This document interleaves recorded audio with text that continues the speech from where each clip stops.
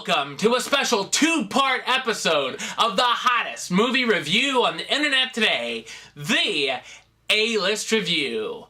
I'm your host, the Game Changer, Wes Troop. In this part, we are going to look at the most horrible, dreadful, I'm talking possum piss bad movies of 2013. This year was a great year for good movies, and there were quite a bunch that really stood out. But I had a lot of ratings that I gave suck it and meh, and these are the worst of the worst. These are just a few of my dishonorable mentions. Grown Ups 2, Baggage Claim, The Big Wedding, The Counselor, Spring Breakers, Runner Runner, and The Host. All bad movies in my opinion, but surprisingly, there were 10 worse. Now keep in mind, as I go down this list, these are opinions. You may like these movies, I do not. So just let's keep that in mind. My number 10 worst movie of the year, Paranoia. That's right, Harrison Ford ends up on my worst list for once.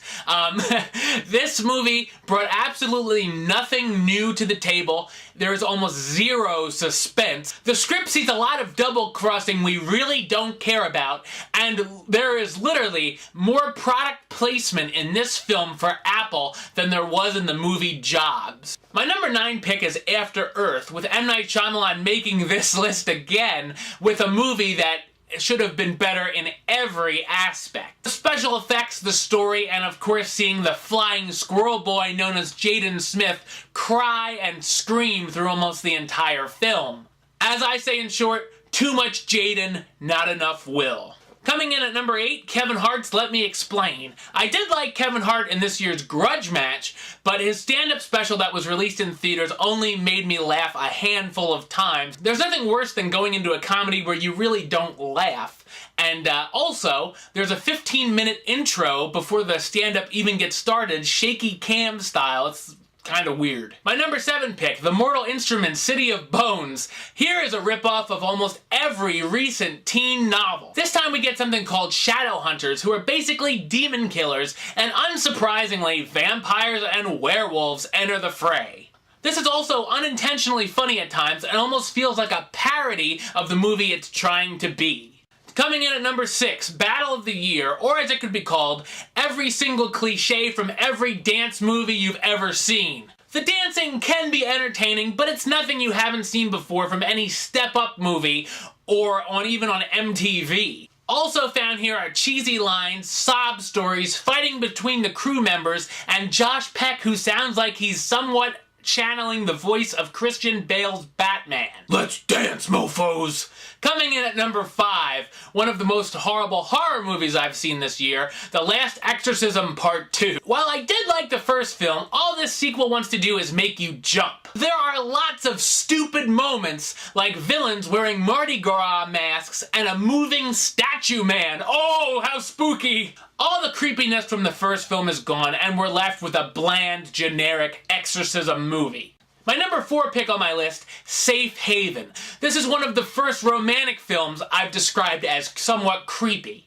This is no Notebook. It's sappy, only has a few mediocre makeout scenes, gives us tons of flashbacks, and has an ending that just might make you howl at the screen. My number 3 pick, Getaway. When this was released, it was compared to movies such as Drive or Taken, which is blasphemy. We see chase after chase here, which becomes boring and redundant, and the plot becomes downright stupid.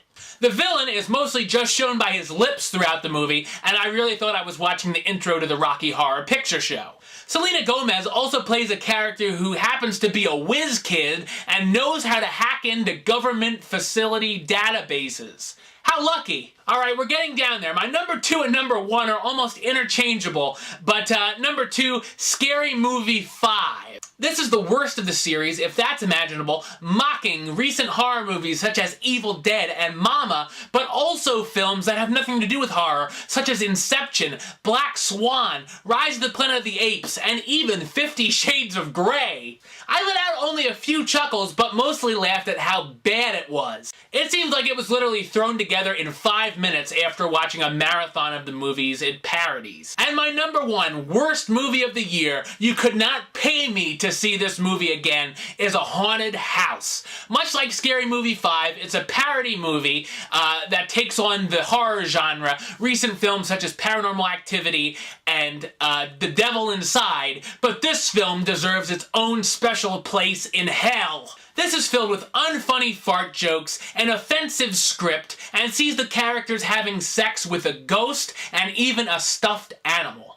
Nick Swardson plays one of the most annoying characters I've seen in the history of film as a psychic who every time he opens his mouth makes a gay joke. This is no doubt one of the worst movies I've ever seen in my life, and I absolutely dread the upcoming sequel coming out in 2014. I saw this the second week of the year, and I said this has to be the worst movie of the year. It's all up from here, and I was right. Well, I hope I didn't piss too many people off with my decisions, but those are my picks for the worst movies of 2013. If you agree with me, don't agree with me, comment. I'll be interested to do that nicely, please. My God, they're just opinions. Yes, give me some comments, feedback of what you think of those picks. If you agree, disagree, whatevs.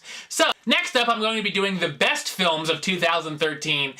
Can't wait to do that one. So look out for that video very soon.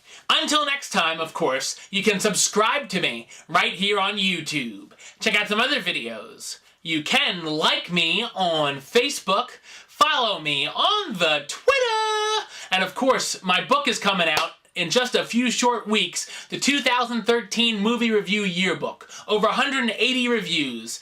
Some of them bad, like the ones I had just went through. Some of them very good. So it's only $10, over 180 reviews.